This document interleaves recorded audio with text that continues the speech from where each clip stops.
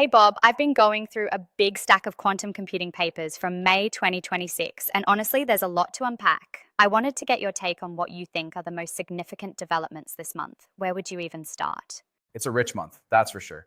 I'd say the biggest overarching theme is the maturation of fault-tolerant quantum computing from a theoretical aspiration into a genuine engineering discipline. You can see this most clearly in a white paper from Chen and colleagues titled Real-Time Quantum Error Correction System Stack, which lays out a 6-layer reference architecture for real-time QEC. What struck me is their framing. The core algorithmic challenge of decoding has largely been solved, but the real bottleneck is now system-level engineering. Things like tail latency, end-to-end data path coordination, and the gap between decoder speed and QEC round time. That's interesting. So it's less about whether we can decode fast enough in principle, and more about whether the whole system can keep up in practice.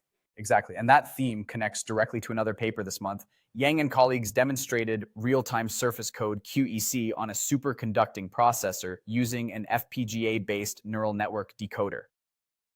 They achieved a closed-loop latency of 550 nanoseconds, with only 124 nanoseconds spent on the neural network decoding itself, all within a 1.25 microsecond QEC cycle. That's a real hardware demonstration of the kind of system Chen's white paper is calling for. Crucially, they also showed mid-circuit feedback correction in non-Clifford logical circuits, where simply tracking polyframes isn't enough. So we have both the architectural blueprint and an experimental proof of concept. What about the decoder algorithms themselves? Are there improvements on that front too? Yes, and a really elegant one. Colmenares, Martin, and Muller introduced something called syndrome resampling, which is a decoder-agnostic method that boosts QC thresholds without any hardware changes or code modifications. The core idea is that low-probability syndromes are statistically more likely to lead to logical failure. So by biasing the syndrome distribution toward more likely outcomes, you effectively improve logical fidelity. They showed reductions in logical error rates of up to 4 orders of magnitude in experimentally relevant regimes. And they even applied it to existing experimental data and got 2 orders of magnitude improvement without taking any new measurements. 2 orders of magnitude just from post-processing existing data? That seems almost too good to be true. Is there a catch? The key caveat is that it works best when combined with maximum likelihood decoding, and the gains depend on the syndrome statistics of your specific device. But the fact that it's decoder agnostic and requires no hardware changes makes it immediately practical. It's a great example of squeezing more out of existing systems. And speaking of squeezing more out of existing approaches, there's a companion paper from Prabhu on lower overhead fault-tolerant building blocks. He develops a combinatorial proof technique with flag fault tolerance that exponentially reduces the extra qubits needed to measure a stabilizer of any size, and shows that a distance 4 code encoding 6 logical qubits can protect information as well as the distance 5 surface code using only 1/10 the physical qubits. 1/10 the physical qubits for equivalent protection. That's a dramatic overhead reduction. I also noticed there were several papers on concatenated codes and QLDPC codes this month. How do those fit into the picture? This is where it gets really exciting. Wills and colleagues from IBM published a paper on concatenating algebraic codes over high-rate quantum LDPC codes, specifically looking at quantum Reed-Solomon outer codes concatenated over the gross code. The clever insight is treating each block of a high-rate inner code as a single logical Galois qubit rather than a collection of qubits. This enables concatenation with algebraic outer codes that have excellent parameters and, crucially, list decoders. At a physical noise rate of 1 in 1,000, their concatenated gross code reaches what they call the teraquop regime, meaning 1,000,000,000,000 operations before a logical error, with lower space overhead than the 288 qubit 2 gross code. They also develop a Galois qubit version of the Shor fault tolerance scheme that works in a surprisingly lightweight way. And there was also work on distributing these codes across modular architectures, right? I saw a paper on bivariate bicycle codes in a modular setting. Yes, Chandra and colleagues studied exactly that. Bivariate bicycle codes are attractive because they have much higher encoding rates than surface codes, but their long-range stabilizer structure makes them hard to implement on monolithic devices. The paper partitions the qubits of the 144-qubit, 12 logical qubit BB code across 4, 6, and 12 quantum processors connected through shared bell pairs, and analyzes how logical error rates degrade as you add more processors and introduce noise on the interprocessor links. It's a very practical architectural study, the kind of thing you need to actually build these systems. And it connects to another paper by Sutcliffe and Westoby on tolerating device failure in distributed quantum computing, which showed that toric and hyperbolic Floquet codes can maintain good logical error suppression even during the failure of entire nodes. The modular theme seems really prominent this month. I also saw a paper on factoring 2048-bit RSA integers on a modular atomic processor. That sounds like a major milestone claim. It's a blueprint rather than a demonstration, but an important one. Zhui and Covey provide the first end-to-end compilation and optimization of Shor's algorithm on a modular atomic processor architecture. With 500,000 qubits distributed across modules communicating at 100,000 bell pairs per second, they show that 2048-bit RSA integers could be factored in only 16% more time than a hypothetical single-module architecture. The key contribution is working out the interplay between intermodule communication overhead and intramodule clock rate. It's a concrete engineering blueprint for what large-scale modular quantum computing would actually look like. That's connected to the resource estimation question too, isn't it? I saw a paper specifically about the true cost of Shor's algorithm in terms of quantum resources. A fascinating one. Peilin and colleagues investigated what they call magic, or non-stabilizerness in Shor's algorithm, and found a deep connection between the quantum resource requirements and the computational hardness of the underlying number theoretic problem. They show analytically that Shor's algorithm maximally exploits magic in practically relevant regimes, and that the amount of magic required tracks the classical difficulty of the factoring problem. It's a beautiful result because it gives you a resource theoretic lens on quantum advantage that complements the usual circuit cost analysis. And it connects to another paper by Luan and colleagues on maximizing quantum magic in early fault-tolerant architectures, which proves some no-go theorems showing that algebraic gate structures alone can't guarantee monotonic magic generation. You need state-aware optimization. Speaking of resource costs, there were also papers on Clifford plus T synthesis this month that seemed to challenge some conventional wisdom about T-gate overhead. Yes, this is one of the most practically impactful results of the month.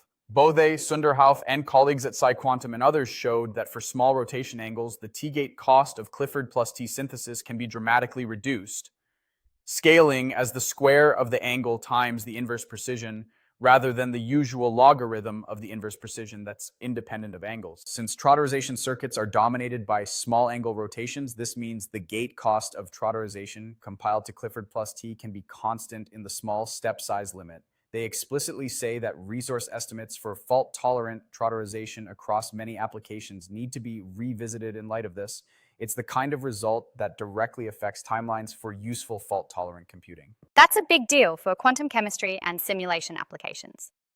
On that note, there was an impressive quantum simulation paper this month, the Fermi-Hubbard model on 120 qubits. What's your read on that one? Hartnett and colleagues at QKTRL demonstrated digital quantum simulation of the one-dimensional Fermi-Hubbard model using up to 120 qubits on a superconducting processor, going well beyond what exact state vector simulation can handle and challenging state-of-the-art tensor network methods. They directly observed spin-charge separation, a key phenomenon in strongly correlated physics, and extracted velocity ratios that match classical simulations across a range of parameters. What's particularly notable is the wall clock runtime comparison. For evolution times where quantum and classical methods start to diverge, the quantum processor was up to 3,000 times faster than an optimized tensor network simulation. That's a meaningful practical speedup, not just an asymptotic argument. And there was also a massive quantum chemistry paper, protein ligand complexes with over 12,000 atoms. That seems like a completely different scale of ambition. Mayers and a large international team developed a heterogeneous quantum classical workflow that combines quantum embedding to decompose large molecules into fragments, with quantum processors handling the fragment calculations.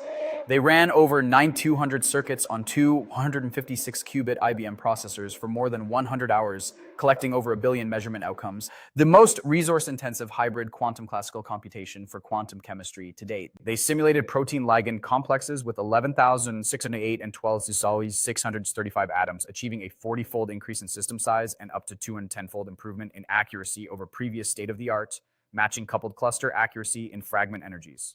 It's a genuine demonstration that hybrid quantum classical methods can tackle biologically relevant systems. There were also papers on simulating open quantum systems this month, which is a different challenge. The paper on utility scale dissipative dynamics caught my eye. Tirado and colleagues implemented dissipative dynamics of interacting qubits, specifically a one-dimensional chain coupled to a common Markovian bath on IBM's IBM Basque Country processor using 129 total qubits and circuits with about 8,000 2-qubit gates. The key innovations are the use of mid-circuit measurements and conditional gates to implement dissipative channels, plus a biased Clifford data regression error mitigation strategy that outperforms standard approaches. They validated against a classical Monte Carlo tensor network method they developed specifically for this purpose. What's interesting is that this opens a practical route for utility scale simulation of dissipative dynamics, which is relevant for quantum optics, chemistry, and condensed matter. There's also a conceptually interesting paper on using partial quantum error correction as a resource for simulating open systems, rather than fighting against noise. How does that work? Dombal, Taylor, and Zheng propose what they call programmable dissipation via partial quantum error correction. The idea is elegant. Instead of always applying full error correction, you treat the error correction cycle as a programmable primitive.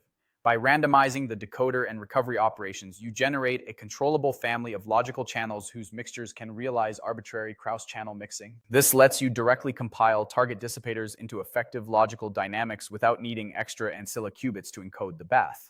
The accuracy criterion they derive is also clever. You choose the code distance so that uncontrolled errors are a small fraction of the intended dissipation per step, rather than driving them to zero. It's a fundamentally different philosophy about what error correction is for. Shifting gears a bit.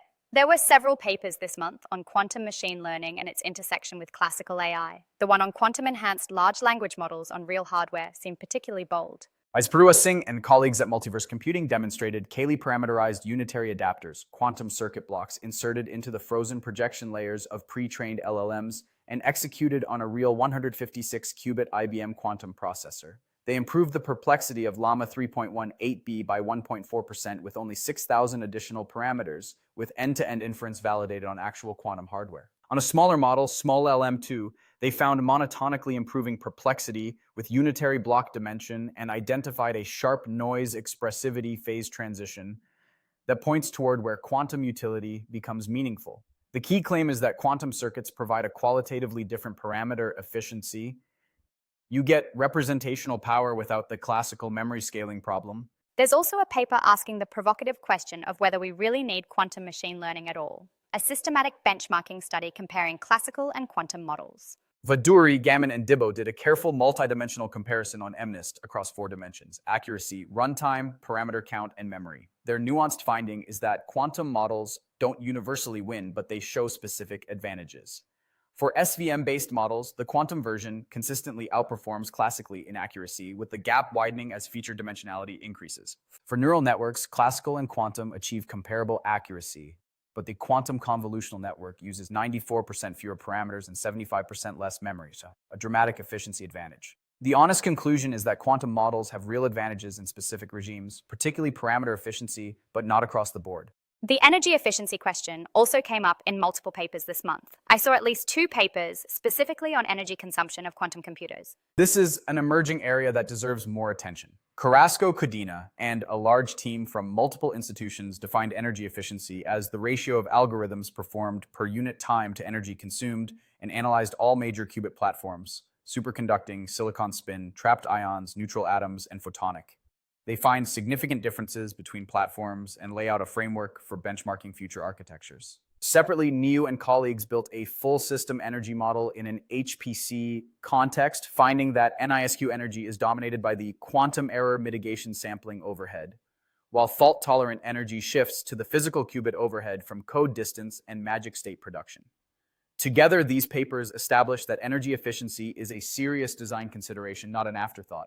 There's also the question of security in quantum computing. I noticed papers on covert quantum computing and backdoor attacks in variational circuits. These seem like important practical concerns as quantum hardware becomes multi-tenant. Absolutely. Anderson, Dada, and Bash introduced the concept of covert quantum computing, ensuring that an adversary sharing the same quantum processor cannot even detect the computation is happening on the qubits they can't access. They derived that only OSQRT and border qubits provide detection information under nearest neighbor crosstalk models, but when they tested on real IBM and IQM hardware, they found long-range coupling effects beyond the border qubits, a side channel the adversary can exploit. This is a real security concern for cloud quantum computing. The backdoor attack paper by Zheng and Chen surveys a different threat: hidden malicious behaviors embedded in variational quantum circuits that activate only under specific triggers, covering data poisoning, compiler level, and quantum native attack mechanisms. On the cryptography side, there was a comprehensive review of post-quantum resistant network architectures. What's the state of that field? Bertino and colleagues provide what they call the first comprehensive systematization of post-quantum resistant network architectures, going beyond just protocol-level substitutions to address the broader architectural consequences. They introduce a unified taxonomy spanning cryptographic foundations, key distribution architectures, trust models, and deployment environments. The key insight is that many real-world deployments, mobile networks, IoT, industrial control systems, cannot simply assume universal availability of post-quantum public key infrastructure. The paper clarifies when PQ-PKI is necessary versus avoidable, and highlights harvest, now decrypt, later attacks as a pressing near-term concern. It's a timely and practically grounded contribution. There was also a paper on quantum position verification and something called quantum localization that seemed to push the boundaries of what position-based cryptography can guarantee.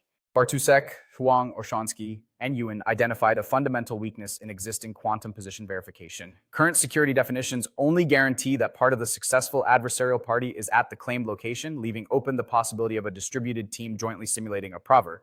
They introduce quantum localization, which requires that a specified unclonable quantum state exists at the verified spacetime point and nowhere else.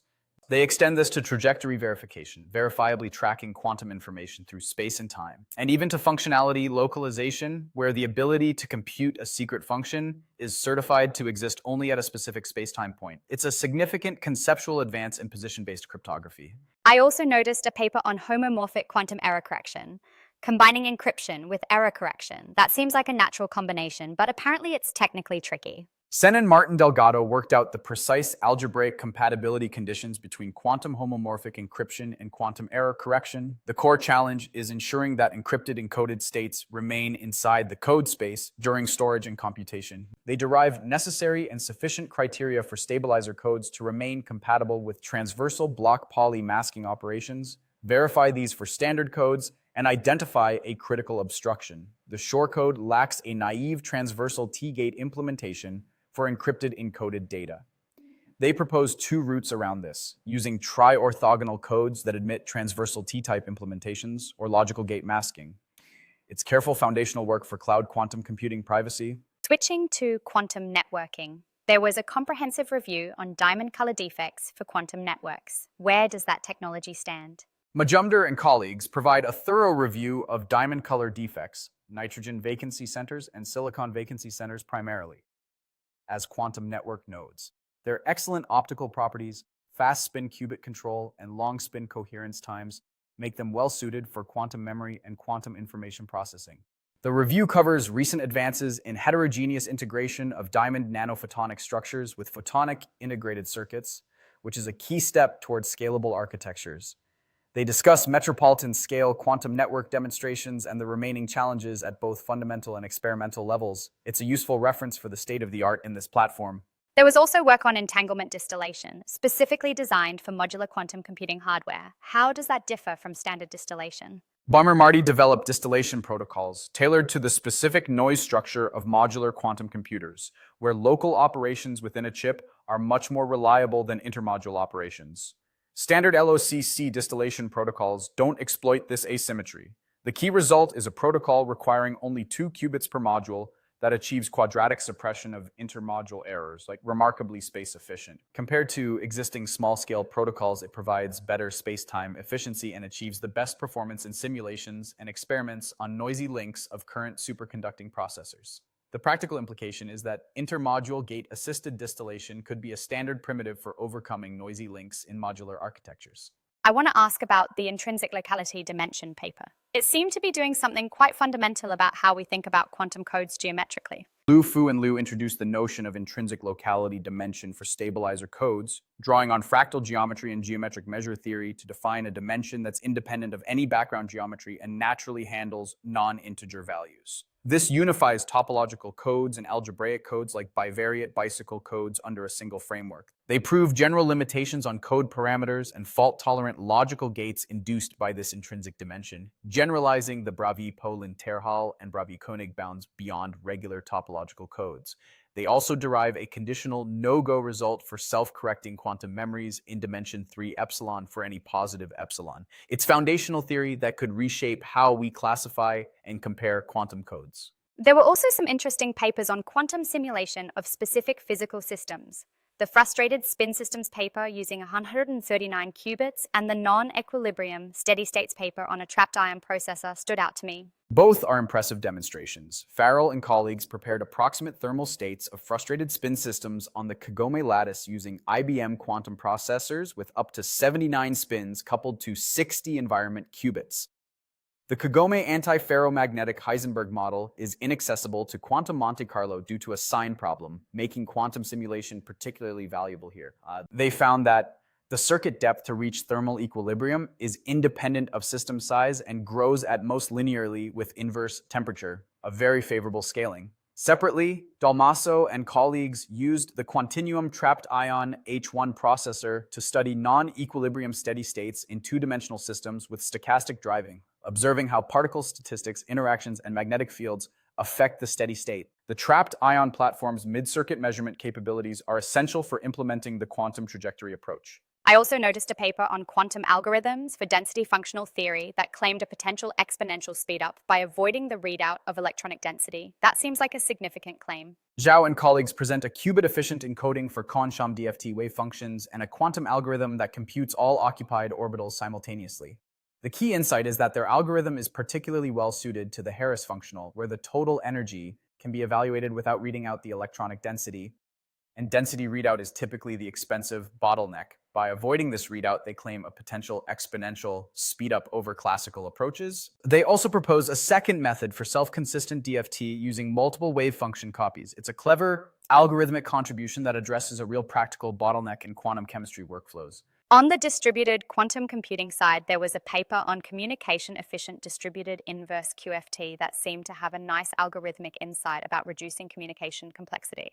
Kardama and colleagues propose a distributed formulation of the inverse QFT across a network of processors and introduce a communication horizon, a threshold-driven pruning strategy that exploits the exponentially decreasing significance of controlled phase rotations to safely omit remote gates with negligible impact. The beautiful result is that this changes the scaling of communication complexity from quadratic in the number of processors to linear, and the entanglement resource consumption per node saturates to a constant. Since the QFT is a building block in so many quantum algorithms, this improvement propagates broadly. It's a clean algorithmic insight with practical consequences. There were also papers on using LLMs for quantum computing tasks, both evaluating LLMs on quantum programming benchmarks and using LLMs for quantum control. What's your take on that intersection? Two distinct but related directions. Cruz Benito and Faro adapted Microsoft's Quantum Kata's curriculum from QWAF to Qiskit and built a 350-task benchmark for evaluating LLMs on quantum programming, testing 16 models across 7 prompting configurations.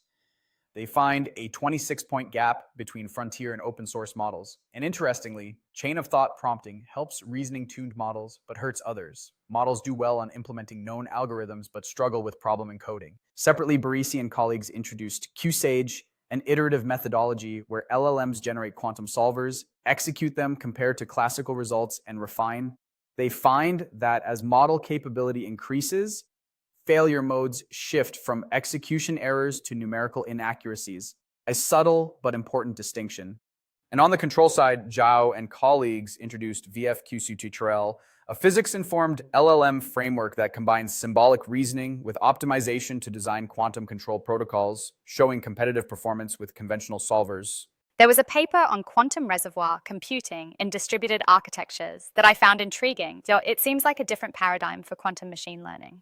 Liliopoulos and colleagues benchmark 4 architectures combining single or multiple quantum reservoirs with single or multiple readout layers for time series forecasting. The key finding is that quantum-enhanced configurations consistently reduce mean absolute error and root mean squared error by up to 78% and 72% respectively compared to classical baselines, while distributed architectures enable scaling in a hardware-agnostic way. What's appealing about reservoir computing is that you only train the readout layer. The reservoir itself is fixed, which sidesteps the barren plateau problem that plagues variational circuits. It's a more hardware-friendly paradigm for near-term quantum machine learning. Speaking of barren plateaus, there was a paper specifically on photonic variational circuits and post-selection that had some interesting findings about when barren plateaus actually occur in photonic systems. She, Naughton, and Senelart found that photonic circuits challenge the standard barren plateau picture because passive photonic circuits are constrained to a Lie algebra whose dimension scales as the square of the number of modes rather than exponentially. Gradient variance doesn't necessarily vanish exponentially. In allow bunching and collision-free regimes, gradient variance is consistent with polynomial decay, but dual-rail post-selection induces exponential concentration beyond moderate system sizes. The practical message is that photonic barren plateaus are governed by the interplay between the linear optical dynamics, the post-selection geometry, and the task observable, not just system size, which gives designers real levers to avoid them. I also want to ask about the paper on quantum advantage for industrial production, the quantum feature surrogates framework. That seems like a pragmatic approach to making quantum computing commercially viable today. Flores Garrigos and colleagues from Kipu Quantum address a real bottleneck, even if quantum feature extraction outperforms classical methods.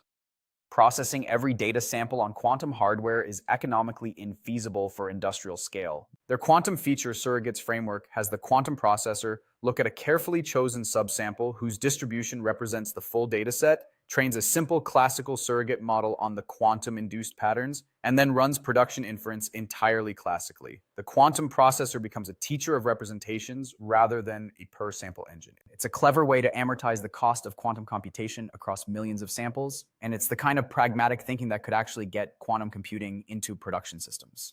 There was a paper on benchmarking quantum systems using peaked random circuits that seemed to offer a new performance metric. How does it compare to existing benchmarks like quantum volume? Brieger and colleagues repurposed peaked random circuits, originally proposed as a path to quantum advantage on NISQ devices, as a system-level fidelity benchmark. The idea is that a quantum processor should reliably detect a single peaked output state amid background noise, and by running a matrix of these circuits with varying qubit counts and depths, you get a high-precision metric. They apply it to IQM's superconducting and AQT's trapped ion architectures and find it provides comparable precision to quantum volume, but with greater sensitivity to interference effects. The architecture-agnostic nature is important as quantum computing becomes commercially available across multiple platforms.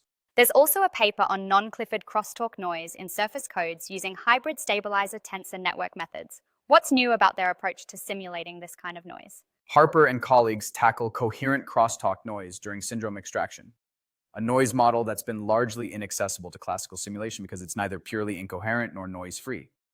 By combining stabilizer and tensor network simulation techniques, they can handle the full coherent dynamics. Their key findings are that coherence increases logical error rates, lowers the code threshold, and that the specific distribution of noise quantitatively changes logical error rates in ways that incoherent models miss. This matters practically because real devices have coherent crosstalk, and if your noise model doesn't capture it, your error correction performance predictions will be wrong. I noticed a conceptual paper by Svozel on the physical and contextual limits of quantum speedup that seemed to be pushing back on some popular misconceptions about how quantum computing works. It's a thoughtful clarification piece. Svozel argues against the popular but misleading picture of quantum computing as simultaneously executing exponentially many classical computations in parallel branches. The actual source of quantum speedup, he argues, is reversible embeddings of algebraic structure made accessible through engineered interference patterns, not independent readable branches. He also makes a careful distinction between circuit universality, meaning dense generation of unitaries, and Turing universality, which requires symbolic computation over unbounded inputs with recursion and self-reference. It's the kind of conceptual clarity that helps practitioners avoid building intuitions on faulty foundations. There was also a paper on blind quantum computation actually demonstrated on a superconducting processor, not just theoretical. How significant is that? Zheng and colleagues at ETH Zurich executed a measurement-based blind quantum computation protocol on a two-module superconducting flip chip processor. The server generates a cluster state and forwards it to the client, who implements a universal gate set with only adaptive single-qubit rotations and measurements. They demonstrated a 3-qubit instance of the Deutsch-Jozsa algorithm and verified that negligible information about the computation is revealed to the server. The significance is that this is a hardware demonstration of information theoretic privacy in quantum computing, not just a simulation. As cloud quantum computing grows, this kind of privacy guarantee becomes commercially important. Looking across all these papers, what would you say are the 2 or 3 most important themes that define May 2026 in quantum computing research? I'd identify 3 clear themes. First, the engineering maturation of fault-tolerant quantum computing. From the system stack architecture paper to the FPGA neural network decoder, The syndrome resampling technique, the Clifford plus T synthesis improvements, and the overhead reduction results, there's a coherent push to close the gap between laboratory demonstrations and scalable FTQCs. Second, the emergence of modular and distributed quantum computing as the dominant architectural paradigm, the BB code distribution paper, the modular atomic processor factoring blueprint, the distributed QFT, the entanglement distillation for modular hardware, and the device failure tolerance work all point in this direction. Third, quantum utility in practice, the Fermi-Hubbard simulation, the protein ligand chemistry, the dissipative dynamics, the thermal state preparation, and the industrial feature surrogates all demonstrate that quantum processors are being used for real scientific and commercial problems, not just demonstrations. That's a great synthesis. One last thing I wanted to ask about. There were a few papers that felt more foundational or theoretical, like the Universal Quantum Resource Distillation paper and the Adiabatic Quantum Dynamics paper. Do those fit into the bigger picture? They do, and they're important precisely because they strengthen the theoretical foundations that practical work rests on. Lamy, Regula, and Takagi proved that quantum resource distillation can be performed universally, achieving optimal distillation rates with no knowledge of the input state whatsoever. This is a major robustness result. You don't need to perfectly characterize your noisy state to distill it optimally. And Cunningham and Rowland's work on alternative adiabatic quantum dynamics provides gate-based implementations of adiabatic processes without the overhead of simulating time-dependent Hamiltonian evolution, with applications to the quantum linear systems problem and improved Trotter error bounds.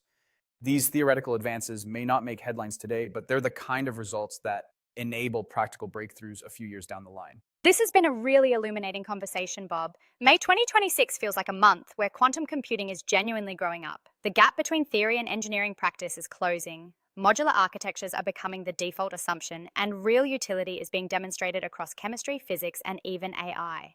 Thanks for walking me through all of this. Well said, Alice. And I think the energy efficiency and security papers are a sign of the field's maturity too. When researchers start seriously asking how much power these systems consume and how to protect users from each other on shared hardware, it means quantum computing is being taken seriously as a real technology, not just a research curiosity. I expect the next few months to build heavily on the modular architecture and fault tolerance engineering themes we saw here.